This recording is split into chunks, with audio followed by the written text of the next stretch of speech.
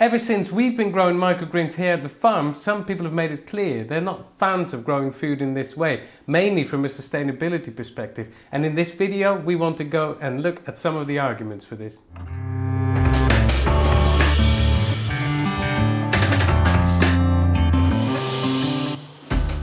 So broadly speaking, there are two areas that people take issue with. One is sort of ideological, they just think it's a better use of resources to grow food in other ways. And the other is a bit more of an environmental perspective where they just think there's a lot of resources going into it. So we're going to take a look at both of these areas in a bit more detail. So first up, the ideological dislike of microgreens basically comes from this idea that it's a fancy luxury item, it's expensive and people are just sort of cooking with it in upmarket restaurants. So basic gist of that argument is that we should be growing food that feeds the population, not just kind of high value, expensive food instead. So the first point I want to make here is that hunger is more a function of poverty and inequality rather than the fact that there's not enough food to go around. So if you look at the UN, they currently estimate that we grow enough food on this planet to feed 10 billion people. So the food is there, it's just not often in the right location, and that's paired with a staggering amount of food waste. So this industry as a whole, it's between 30 and 40% of the food that we grow gets wasted in a lot of parts of this enormously complex system. So it's wasted at the point of where it gets grown, so harvesting, outgrading, that sort of stuff, and then it's wasted in the transport of all of these food items, and then it's often wasted at the point of consumption as well, so people just throwing away a bag of salad, for instance. That's a huge amount as well, isn't that's it? Staggering. 30 to 40% of all the food that's grown on the planet just wasted, and that's really a function of the food system as a whole, isn't it? Yes, exactly, and it's just that there's not many industries that would tolerate inefficiencies up to this level, 30 to 40%. But it goes to show how it's large, of course, this whole system, but it's also hugely complex. And there can be cold chains that have got an enormous role to play, of course, especially in some lesser developed countries. There's just not a cold chain in place, so the food waste comes from that side of things. But local food production has also got a role to play because that shortens those problems of transport. Yeah, so the point here is that it's not a case of we should be growing more of these staple crops to feed the population. It's more a case of when it comes to people not having enough food to eat, it's more a case of how we distribute that food rather than, we shouldn't grow microgreens because we need to grow more potatoes or rice. Second point to make really around this is microgreens don't really compete with other crops in the sense that they're using up space that could otherwise be used for growing potatoes. Most microgreens are grown either indoors or in polytunnels, in kind of controlled environments. And actually there's a great case to be made for the fact that microgreens are a crop that can enable you to sort of increase the amount of space that is put into food production. For example, many microgreen farms happen in spaces that otherwise, would not be in use for food production. There's a great project, we've mentioned this before, in London, in the underground war shelters, which have just been empty basically since the Second World War. And this company, Growing Underground, has just brought that space back into life and turned it into a really productive place where food is being grown every single day. So actually, in some ways, microgreens are a crop that can add to our food supply, which is a great thing in itself. Exactly, and it's also a lovely crop that doesn't travel well in the first place, so to grow that locally makes a lot of sense. But just think about what Adam just said with the use of disused spaces, there's plenty of disused spaces, to bring those into the fold for food production. That's a really cool thing in my book.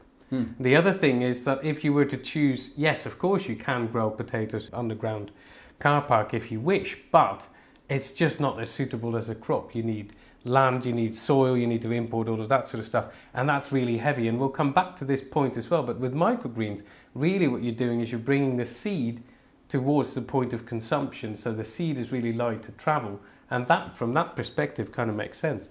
Yeah, if you can think of it in terms of most of the time at the moment, salad that people eat is being grown a long way away and is transported through a whole network of transportation systems to the shop and then to somebody's house. You're transporting the food, which is heavier, at that point than the seed is. And obviously it's not as fresh as well, so you lose out in terms of the wastage and also in the nutritional value of the food. Contrast that with just transporting the seed to a local microgreens farm, whereupon it's sprouted and grown and then supplied in the local area. And I think you can see from that perspective that you're basically transporting the seed and growing it locally instead of growing the food in a place far away and then doing the transport of the fresh produce. So from that perspective, as with all local food production, that increases the sustainability of that food quite dramatically. And that point about the quality brings me to the third point that's important to note here, and that is why not grow food that people enjoy, that people find really tasty to eat and is healthy at the same time. We don't just want food to be functional. It's not just about stuffing yourself with enough nutrients. You also want to enjoy it. It's an act of community. You sit around the dinner table, you enjoy it with your family. And if they enjoy eating the microgreens, then we should be growing those for them. And that's got the health benefits to come with as well, which is just really important. Yeah, I mean, I know in my family, so I've got 2 young children, and they, I can never get them to sit and eat salad or lettuce. They're just not interested in it. They'll always leave it to the side. If I give them a load of microgreens, they're chomping them down and they'll demolish them in a few seconds. So there's something to be said about just growing food that people actually want to eat, that people enjoy eating, and that there's demand for. So if we're thinking of it from the point of view of a food producer, why not grow a crop that is in demand, that people like to eat, that chefs like to cook with? There's a reason why chefs want to cook with it, of course, and that's because the people that come and eat at their restaurants like to eat it as well. So from that point of view, basically just growing food that people want to eat makes a lot of sense. And so the argument that you should only grow food, to feed the population is a little bit of a kind of short-sighted or one-sided kind of argument. And it doesn't really deal with the fact that food is a lot more than just feeding people. Yes, exactly. I mean, this would be a totally different story if people would go hungry because we're cultivating microgreens. And that's simply not the case. So that's looking at this from an ideological perspective, but obviously if you choose to cultivate microgreens, you also want to do it in a sustainable way, like a non-harmful way, and that leads us neatly into the environmental impact of growing these little microgreens. So some people think that microgreens are not sustainable because they're a high resource input crop. They are grown with a lot of inputs, and that's what we're going to look at now. So we're going to look at what the major inputs are into growing microgreens and how each one of them stacks up. So in terms of inputs, you've got seeds, compost, water and energy input. So let's go ahead and take a look at each of one of these one by one. So with the seeds, I kind of understand when people get really precious about seeds, because they are little bits of wonder, aren't they? If you think about it, it's been passed through thousands of years and generations. It's been passed on. People have been seed saving for generations and choose, and by selection as well, choose which ones are the best crops to grow in that particular part of the world. So when we look at the sustainability of microgreens, I think it's worth just looking at the seed industry and how it's evolved just for a brief moment. So the seed itself, magical as I mentioned, it just contains all of this information that's been passed through the generations, and that was seed saving used to be the way that was done. Now, if you look at what happened with the First and Second World War, there were a lot of chemicals produced to help the war efforts, of course.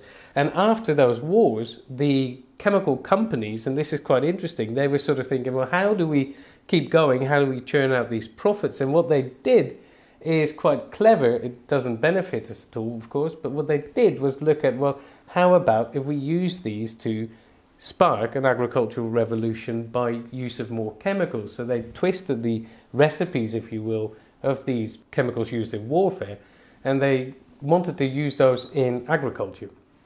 So what they did is produce both fertilizers and pesticides, and then they moved into seed production to make sure that you can have that ideal fit. So they also made it proprietary in the process. And that's as far away from seed saving as you can possibly get, of course, because it means that a lot of farmers need to buy new seeds every year. They need to buy it from a wealthy Western company that holds all the skills and know-how. So once you've chosen to buy that seed, you can't seed save anymore, and then you're sort of caught in that cycle, basically. Yeah, it's very convenient for those companies, of course, because the seeds will only grow if you also grow them in the presence of the fertilizer and the pesticides that they wish to sell you. So you can see how it works really well for the seed companies, but not so well for the rest of humanity. It's just an acute reminder of the fact that you vote every time you buy something, you vote for a particular system or not. So at the very least, I think whenever you grow microgreens and you want to do it sustainable, you should steer well clear of GM seed, basically. For sure, yeah. And the ideal scenario really is to try and source seed that has been produced under an organic system. What would make seed unsustainable would be that it's been produced in a really intensive system, so that the plants from which the seed are produced from, if those plants have been grown with the use of a lot of fertilizer, pesticide, heavy resource input, those seeds carry a much bigger footprint than a set of seeds grown under an organic system. So ideally, in order to make your microgreens production more sustainable, you look to source organic seed. So the reason that people question the use of seed for microgreens is basically you use quite a lot of seed. They're very densely sown in the trays, and so you're using a lot more seed than you would ever do in a field-based system, for example. So I think that's the big issue a lot of people have with microgreens, isn't it? They just look at all those trays of seed and just say, wow, that's using a lot of seed that could be used to grow mature crops. And that is a reality of microgreens production. It's another matter as to whether growing them as mature crops is any more sustainable in itself. It's a funny one. I had to get my head around this as well when we decided to grow microgreens, because I had a growing season outside on an organic farm and we didn't grow any microgreens, and I think I didn't give it any proper thought back then, but my initial response was very much like this: wow, that's a real waste of seed almost, and it ties back to the whole perception of it being a luxury good. But the thing is that there's no shortage of seed, and that's an important thing to bear in mind. It's not because we grow these sunflower seeds or peas that we can't grow any other, fully grown vegetables. That would be crazy. That would be absolutely crazy, and there's no way that we'd be growing microgreens then. But another point that it triggered when I gave this some more thought is that, well, if you look at peas that most people have got in the freezer at home, or sweet corn, for instance, those are all the kernels, they're all the seeds, effectively, of what could have been a next plant. Obviously not if they're GM grown, because they'll just last for one season. But you get the gist. It's like lots of people are quite used to eating seeds, and peas, sweet corns, they're just one example, but also just eating seeds, toasted seeds. I mean, it's not uncommon in a diet. Yeah, and likewise, some people have got a problem with the idea that you take this seed, this amazing resource, and you're only growing it to its very small size of 5-10 centimeters or so, instead of letting it go to a mature crop and really getting its full potential in terms of being able to harvest a lot more from it. And sure, if you let that plant grow, if you take a sunflower, for example, let it grow to maturity, you'll get a lot more sunflower seeds on the back of it. But there's also a lot of energy that goes into the biomass of that crop that doesn't go to use. So, for example, think of a crop like pumpkins. You do get this amazing fruit at the end of it, but how much biomass and energy and nutrient goes into just growing the rest of the plant that trails around, that doesn't go into the diet. It's not something that we eat in the end. So it's not like producing a plant through to maturity results in maximising the output from it. You can get a lot of output by growing a lot of microgreens in a similar way. Yes, definitely. And those plants grow enormous, by the way. They're absolutely stunning when you see them all spread out. And the other thing, of course, is that by weight, microgreens hold 4 to 40 times the nutrient value of the equivalent fully grown and fully developed plant. And that's, I think, a stunning fact. Okay, so we've looked a little bit at seeds here, and as you can tell, like with all these things, there's no clear-cut answer with it, and there's lots of intricacies to it. So next up we're going to look at energy input, and again this has a lot of intricacies to it. The biggest issue that a lot of people have with microgreens and the energy input is that they're often grown under lights. So the first thing to say there is that microgreens don't need to be grown under lights at all. Many people do grow them just outside in the summer season in the way they grow other salad crops. Some people grow in polytunnels or greenhouses. Yeah. I've seen a shipping container as well with food peddlers are they in Northern America for sure? I think in Canada. Yeah. And they've just taken the walls of a shipping container and just replaced it with, plastic probably, just to see through and make that into a microgreens container. And that's a really cool use. And you don't need any additional lights then, of course. We do use some additional lights here because we've decided to use what wasn't being used for food production, and that's an old office, so we do need a bit of light there. But it's not a lot of energy that goes into that. Yeah, so to give you some context here, we've just run through some of the numbers briefly, and what you end up with is energy input of around about 1.2 kilowatt hours to produce 1 kilo of microgreens. That's kind of over a week. That's the energy input that goes into a week's worth of production that yields 1 kilo of microgreens. And to give you some context for this, that's the equivalent energy input as cooking in a standard electric oven for about 30 minutes, which is something a lot of people do every day, or running a typical sort of fridge that you might have in a home for a day. So energy input wise, it's a reasonable amount, but it's not astronomical. No, exactly. And then a further point to make, of course, is that if you do grow microgreens outside and you just use sunlight, that's awesome if that works for you. If it doesn't, then you can always choose to have a green energy supply like we do. And obviously a lot of that comes from wind energy, but also solar panels. So that's another thing you can do to make your microgreens more sustainable. Sure. So another input, of course, to look at here in terms of sustainability is water. Nobody would survive without any water, so it's a precious resource. And with microgreens, the way we cultivate them, you use a precise amount of water, so none of it goes to waste. In fact, you don't want to use too much, and that's slightly different from when you grow crops outside. Yeah, a lot of water can go to waste when growing in outdoor systems, and you tend to end up watering a much larger area, sometimes than is actually necessary.